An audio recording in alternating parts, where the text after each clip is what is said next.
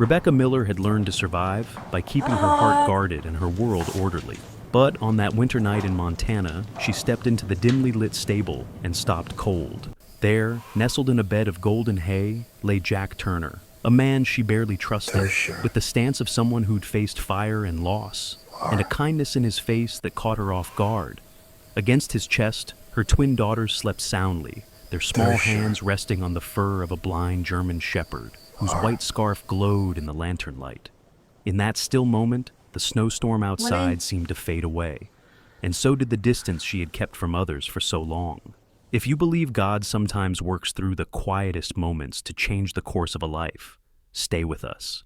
And if you'd like to hear more true stories of faith, courage, and healing, consider subscribing. It helps us share more stories that touch the heart long after they end. Now, let's begin. Snow had been falling over the little town of Silver Creek, Montana, since late afternoon, and by nightfall, the white had swallowed every fence post and rooftop in sight. The wind carried that sharp, crystalline cold that made the air bite at exposed skin, and the wide, open plains around the town seemed to sigh under the weight of winter. From a distance, the Miller family's horse ranch looked like a cluster of amber-lit islands in a sea of white. The main house stood sturdy at the top of a slight slope, the barn and training ring below, half buried under drifts. Rebecca Miller had spent her entire life in Montana, and still, some nights the cold could get into her bones before she reached the front door. She was 38, tall, and carried herself with the unshakable grace of someone who had been both applauded and underestimated in equal measure. Her hair, a deep chestnut that caught hints of auburn under warm light, was pinned neatly beneath a wool hat, and her coat bore the dust and wear of long days on horseback. Years of managing the ranch alone since her husband's passing had left her with a practical, no-nonsense edge. But there was also a gentleness beneath it, one she rarely let people see. Loss had made her protective, sometimes too much so, especially when it came to her 7-year-old twin daughters, Emily and Grace. She had not planned to be home this early. A supply meeting in town had ended sooner than expected when the snow picked up and the other ranch owners made for their trucks. She told herself she was coming back to check that the night staff had things under control, but the truth was simpler. She missed the girls. She missed their voices, even though lately those voices were quieter than they used to be. The barn's heavy wooden doors groaned as she pushed them open. A rush of warm air met her, laced with the scents of hay, leather, and the faint sweetness of grain. The low glow from a single hanging bulb pooled across the floor, throwing long shadows between the stalls. Her boots crunched softly on stray straw as she stepped inside, brushing snow from her sleeves. And then she stopped. There, on a bed of fresh hay near the back wall, lay a man she barely knew, Jack Turner, the night guard she had hired only 2 weeks ago. He was in his mid-40s, broad-shouldered and weathered in the way of someone who had faced down fire more than once. His hair was dark but flecked with silver, kept short in the disciplined style of his old life, and his jaw bore a shadow of stubble that made him look both tired and younger at the same time. Even in sleep, his posture held traces of the man he'd been, a firefighter who had spent years running toward danger rather than away from it. His arm curved protectively around the small forms tucked close to him, Emily and Grace. Emily, the slightly taller of the twins, had Rebecca's darker hair and the faintest arch to her brows that gave her a thoughtful look even in dreams. Grace was lighter-haired, with the same fine, pale lashes her father had, and a tendency to curl into warmth like a kitten. Both girls were asleep, their little bodies molded into the space between Jack's chest and the big shepherd sprawled at their feet. Scout was unlike any dog Rebecca had ever seen on a working ranch. A German shepherd, large and powerfully built, with a thick sable coat that glimmered dark and gold in the light. Around his head was tied a wide white cloth that covered his eyes completely. Beneath it, Rebecca knew, were scars from burns sustained in a house fire 3 years ago. Scout was 10 years old, older than most active shepherds, but his body was still solid, his ears pricking at the slightest sound. Blindness hadn't taken away his presence. It had only sharpened his reliance on scent, sound, and the familiar rhythm of trusted footsteps. And those footsteps, she had noticed, always belonged to Jack. The white cloth was his badge of both survival and loss. Rebecca's first reaction was irritation, sharp and instinctive. Jack wasn't supposed to be anywhere near the children's sleeping space, even if this wasn't the house. She had rules for a reason, boundaries that kept life predictable and safe. The barn loft was used for storage and occasional winter rest breaks, not impromptu sleepovers with her daughters.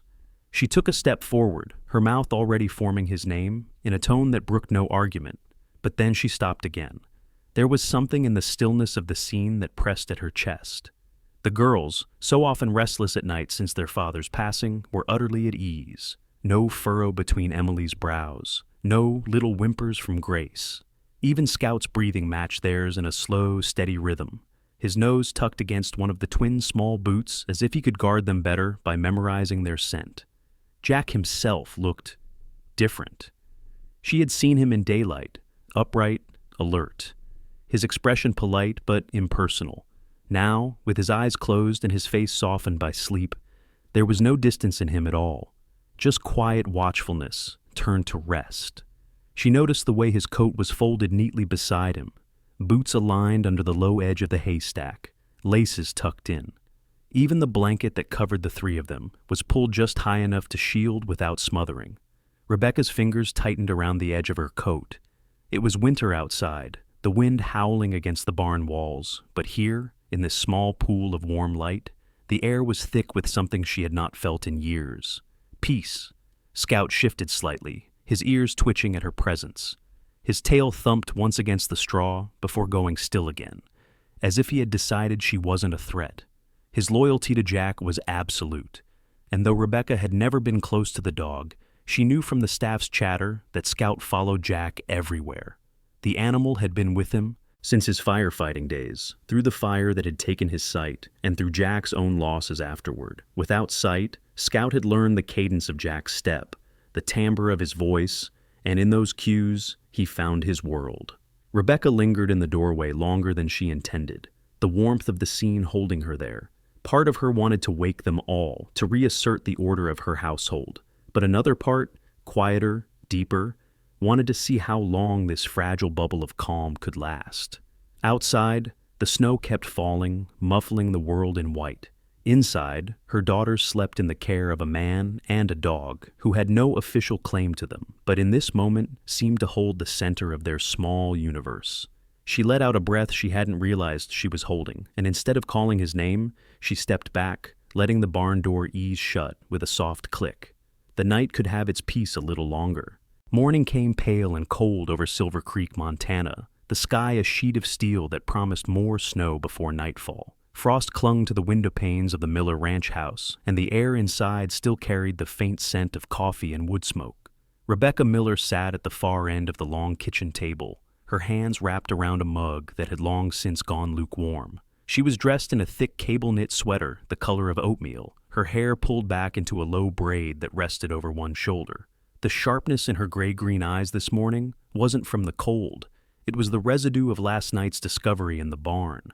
The heavy tread of boots on the hardwood announced Jack Turner's arrival before she saw him. He entered the kitchen quietly, wearing his dark work jacket unzipped, revealing a plain flannel shirt beneath. His face carried the roughness of someone who had slept in his clothes, though he didn't seem uneasy under her gaze. In daylight, the lines around his eyes were more visible, etching years of smoke, heat, and loss into the skin. His hair, still damp from a quick shower in the staff quarters, was combed back with a kind of functional neatness. "I'd like to know why you were in the barn loft with my girls last night," Rebecca began, her voice even but edged. She didn't look away as she spoke, watching for the flicker of guilt, the evasive glance. Instead, Jack leaned against the doorframe, crossing his arms loosely. "The nanny had to leave early, said it was an emergency. Emily and Grace couldn't settle. I stayed until they did." "That's not your job," she replied, her tone tightening. "You could have called me." Jack's eyes, a deep brown that seemed to hold their own weight, met hers. "Maybe. But they needed someone right then, not a phone call." For a moment, the kitchen was silent except for the slow ticking of the wall clock. Rebecca's instinct was to argue, to reassert control, but something in his steady tone made her pause. Before she could answer, a small shape padded into the kitchen. Emily, still in her flannel nightgown patterned with little galloping horses, rubbed at her eyes, her hair stuck up in uneven tufts from sleep. She hesitated at the threshold, her gaze flicking between her mother and Jack, sensing the invisible tension. Behind her, Grace appeared, holding a worn picture book. Grace's voice was rarely heard these days, but she had a way of making her wants known without speaking. She held the book out toward Jack rather than her mother. Jack crouched, taking it gently from her hands. "You want me to read?" he asked.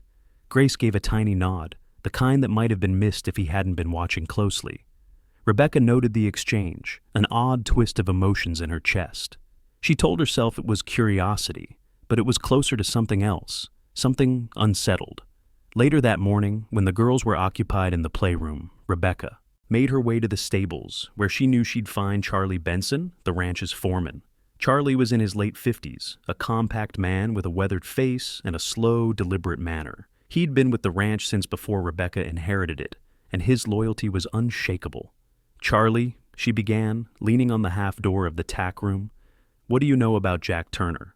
Charlie glanced up from oiling a bridle, his brows drawing together.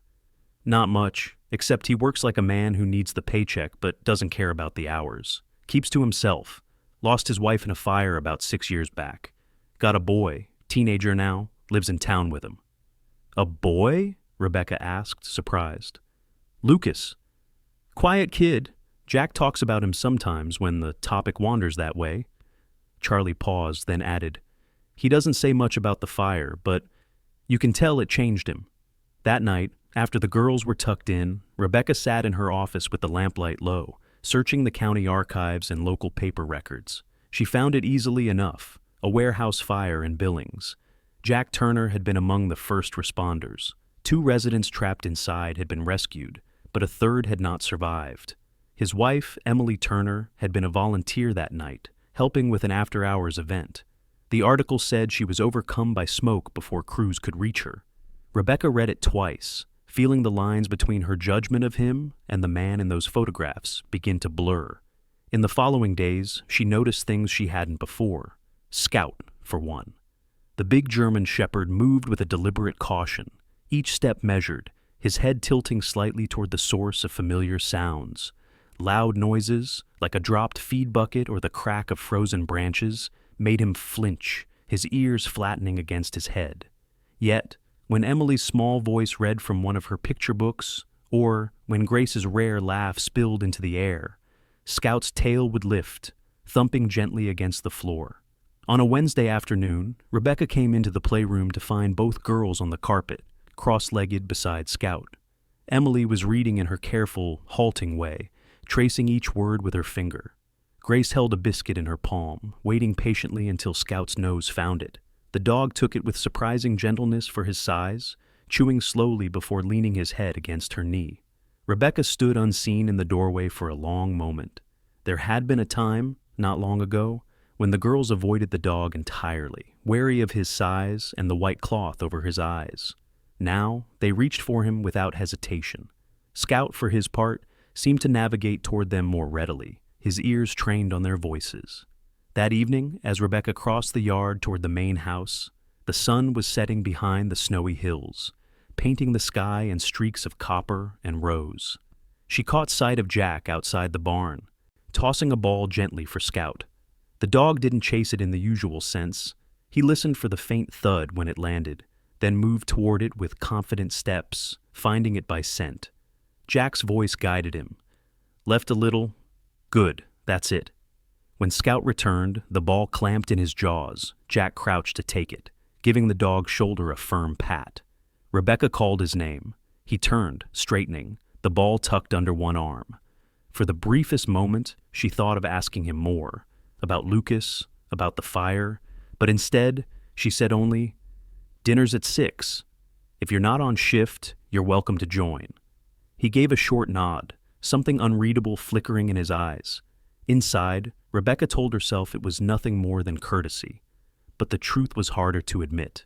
The invisible distances in her household were shifting, and she wasn't sure if that was comfort or risk. By mid-January, winter in Silver Creek had settled in with an iron grip, but that night, the weather turned from harsh to dangerous. The storm began as a fine powder drifting across the Miller Ranch pastures, but by sundown, the snow was coming in heavy sheets, driven sideways by a wind that howled through the gaps in the barn siding. The radio in the security office crackled warnings of whiteout conditions and road closures. Rebecca Miller was still in town when the first wave hit, caught in a council meeting at the Silver Creek Co-op Hall. The Co-op Hall was a squat brick building, always too warm inside from its ancient radiator system, smelling faintly of coffee and old paper. Rebecca had gone to meet with other ranch owners about feed distribution, but now the streets outside were nearly impassable. She stood by the frosted front window, cell phone pressed to her ear, but the line home didn't connect, just static and a thin, failing signal. Across the room, Mayor Howard Griggs, a man in his late 60s with a barrel chest and a perpetual red flush to his cheeks, was trying to coordinate shelter for stranded residents. His wife, Linda, a petite woman with quick hands and a voice that could hush an entire room, offered Rebecca a cup of coffee. "Road crews won't clear the West Lane until morning," Linda said, her expression apologetic but firm. "Best to stay put." Rebecca's instinct screamed to get home, but she knew the mayor's wife was right. She would have to trust the staff, and Jack. Back at the ranch, Jack Turner stood by the window in the kitchen, watching the snow swirl in thick curtains under the yard light. The temperature had dropped so low that each exhale seemed to hang in the air like a ghost before fading. He wore his heavy work coat, collar turned up, and kept glancing toward the stairs where Emily and Grace were supposed to be asleep. Scout lay at his feet, the big shepherd's head resting on his front paws, the white cloth over his eyes a stark contrast to the dark fur around it. The dog's ears twitched at the wind's roar, then angled toward the barn, alert to something Jack hadn't yet noticed. The storm made every sound inside the house seem louder. Jack was doing his late-night walkthrough when he reached the corridor leading to the back barn entry. There, the door to the small feed storage was slightly ajar. He stepped inside and saw the hasp on the grain room lock twisted, the padlock lying on the floor with its shank snapped clean through. In the dim glow from his flashlight, he saw footprints in the thin layer of blown-in snow, too crisp to be old. He crouched, fingertips brushing the lock, mind turning over the possibilities. Scout, still at the threshold, gave a low, rumbling growl, but it wasn't directed at the feed room. The dog's head turned sharply toward the second-floor landing, where the children's rooms were. His ears pricked, nostrils flaring as he took in a scent Jack couldn't detect. Then came the faintest sound, something too deliberate to be the settling of the old house. Scout gave two short, soft barks, the kind meant to warn without drawing too much attention. Jack's eyes moved from the broken lock to the dark stairwell beyond. His training told him to secure the compromised area first. Protect the assets. But something deeper, harder to name, was already deciding for him. He shut the feed room door, slid the broken lock into his pocket, and turned toward the stairs. His boots made almost no noise on the runner as he climbed. Emily and Grace's room was warm from the small space heater humming in the corner. The girls were awake, their eyes wide, sitting up in bed as if they'd been listening. "Hey," Jack said softly, crouching beside them. "We're going to play a game. It's called Storm Shelter. We go somewhere safe and stay real quiet until morning." Emily glanced at her sister, then back at Jack. Grace slid from the bed without a word, clutching the small knitted blanket Rebecca's mother had made for them. Jack scooped Grace up and reached for Emily's hand. "Come on, kiddo. Scout, with me." The shepherd rose immediately, padding ahead, his nose sweeping the air. Jack led them to the basement storm shelter, a reinforced storage room lined with shelves of canned goods and extra water. The concrete walls held the cold, but it was secure. He settled the girls on a camp cot, draping extra blankets over them, then closed the heavy door, leaving it unlatched so Scout could nudge it open if needed. Hours passed with the wind battering the house. Jack sat on an overturned crate near the cot, flashlight off, listening.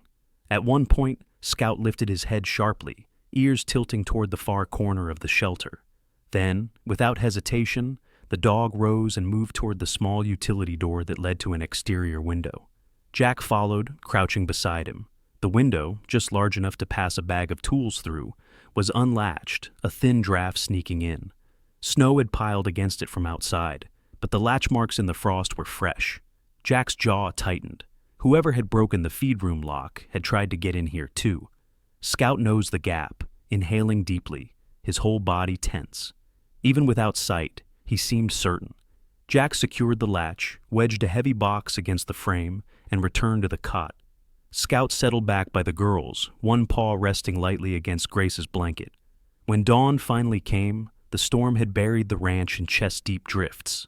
The main road was invisible beneath the snow, the yard a vast, unbroken white. Rebecca arrived in a borrowed plow truck mid-morning, her face pale from the long, cold ride. She found Jack in the kitchen with the girls, heating oatmeal on the stove. Scout lay beside them, tail giving a single slow wag at her approach. Rebecca listened quietly as Jack told her about the broken lock, the fresh footprints, and the open window. He didn't frame it as heroism, just fact. But when Emily leaned against him and Grace reached down to rest her hand on Scout's neck, Rebecca's eyes softened despite herself. She glanced once toward the barn and then back at the small, warm scene in front of her, a silent acknowledgement passing between them. The storm had spent its fury by dawn, leaving Silver Creek under a heavy, muffled silence. The sky was pale and wide, the kind of washed-out blue that only came after a night of relentless snow. Rebecca's borrowed plow truck crunched its way up the long drive, tires cutting narrow channels through the drifts. From the driver's seat, she could see the barn roof sagging under the weight of the snow, icicles thick as a man's arm hanging from the eaves. Her jaw was tight, not from the cold, but from the knot of unease in her chest. She'd been thinking about the broken lock, the footprints Jack had mentioned over the radio before the line died, and the feed supplies that might be gone for good. Jack was in the kitchen when she walked in, sleeves rolled up, hair damp from the melted snow he'd brushed off his coat. Emily and Grace were perched at the counter, eating warm oatmeal with cinnamon and raisins. Scout lay on the rug near the stove, head lifted slightly as if acknowledging her arrival. Rebecca's eyes went first to the pantry, its door now locked and reinforced with a chain, then back to Jack. "We lost some feed," she said flatly, her voice holding the edge of accusation. Jack didn't flinch. "I know. I had to make a call. The girls were upstairs when I heard movement. If I'd gone to the barn first..." He let the sentence hang, the implication clear. Before Rebecca could respond, a knock came at the side door. Jack opened it to reveal Lucas Turner, his 17-year-old son, stomping snow from his boots. Lucas was tall and lean, with the kind of easy stride that hinted at athletic ability. His hair, a messy dark brown, stuck out from under a knit beanie, and his cheeks were red from the cold. There was a boyish openness in his hazel eyes, but also a shadow of loss that made him seem older than his years. "Brought you that toolbox you wanted, Dad," Lucas said, setting a dented red box on the counter. Emily and Grace were instantly curious, peeking over the counter at the newcomer. Lucas grinned at them, the guardedness melting away. "You must be Emily and Grace. I've heard about you." He crouched down to Scout's level, scratching lightly under the dog's chin. "Hey, old boy." Scout's tail thumped once in recognition.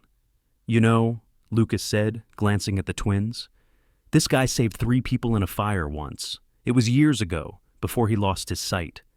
The girl's eyes widened. "Really?" Emily breathed. Grace reached out to touch the edge of Scout's white eyecloth. "What happened?" Lucas's voice softened. "Dad and Scout were part of a rescue team. There was a barn fire on the west side of town. Family trapped inside. Scout found the kids by barking, led Dad to them. Smoke got into his eyes, and he never saw again after that night." The kitchen was quiet except for the hum of the stove fan. Rebecca looked at Jack, something shifting in her gaze, but she said nothing. Later, that morning, Rebecca stepped outside to check the barn roof. She ran into Carl Benson, the ranch's part-time security consultant, a man in his late 50s with a square build and a graying beard trimmed close. Carl was bundled in a heavy parka, scarf tucked up to his chin. "Heard about the break-in," Carl said, his breath steaming in the cold. "You know, Jack didn't just sit here. He'd been talking to the sheriff's office for weeks. There's been a string of feed thefts across the county. Same M.O., lock busted, in and out before anyone sees. They wanted someone to act as bait." Rebecca's brows drew together. "And he didn't tell me?" Carl shrugged. "Sheriff's call. Less people know, better the chances." He gave her a steady look.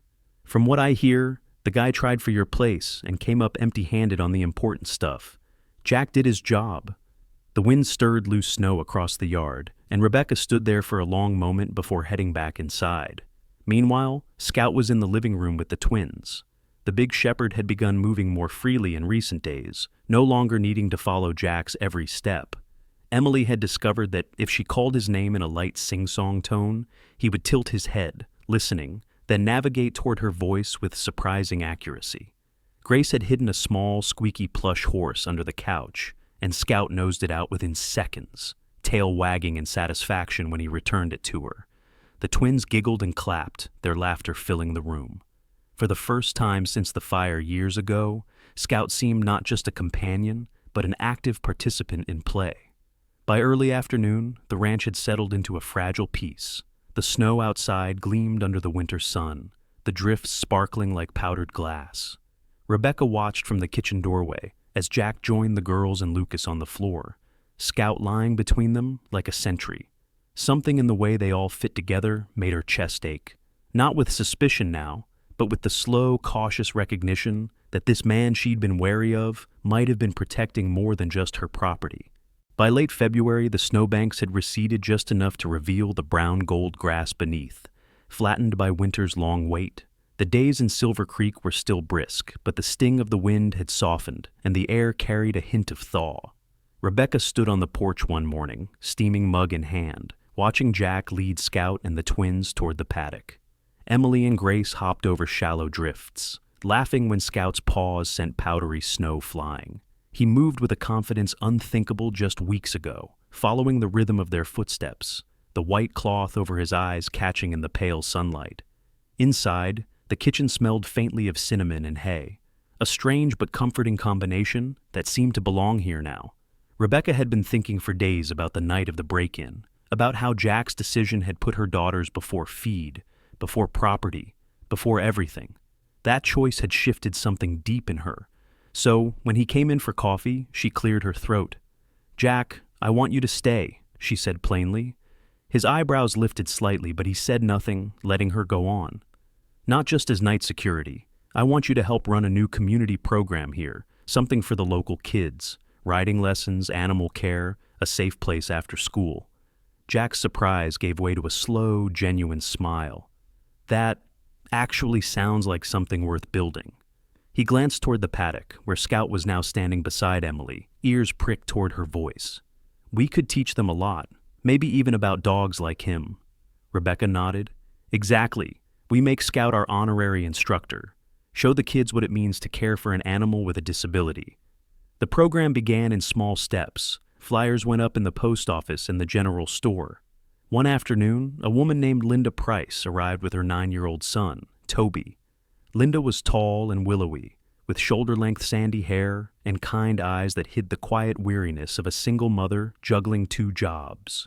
Toby, slender and shy, clung to her coat at first. But when Scout ambled over, guided by Emily's voice, Toby's hand reached out almost on its own, fingers brushing the dog's thick fur. The change was instant. A smile broke across his face, tentative but real.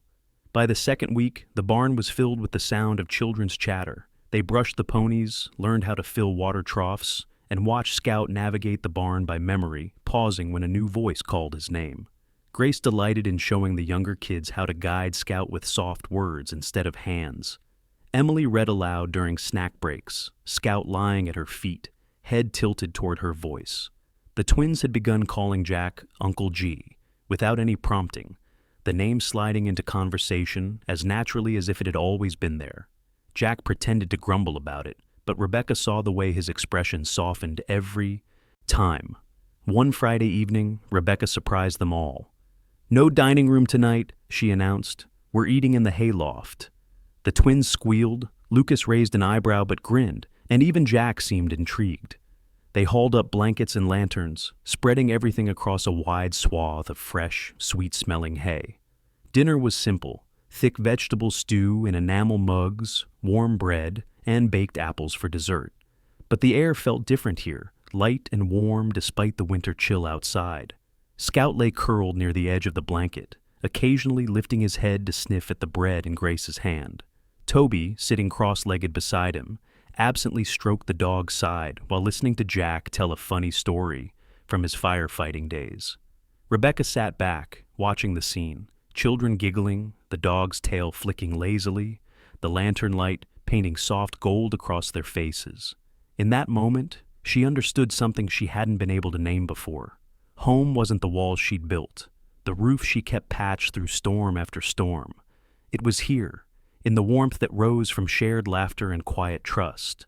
Home was where they could sit on the floor of a hayloft, shoulder to shoulder, with nothing but blankets between them and the winter air, and still feel safe.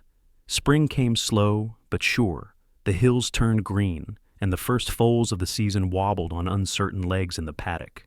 The community program grew. Families brought not just children, but animals, abandoned kittens, a goat with a limp, a skittish horse from a foreclosure sale. Rebecca found herself saying yes more often than no. The ranch was no longer just hers. It had become a shelter, a school, and a gathering place. Scout, though still blind, raced across the yard when the children called, his ears forward, his gait steady.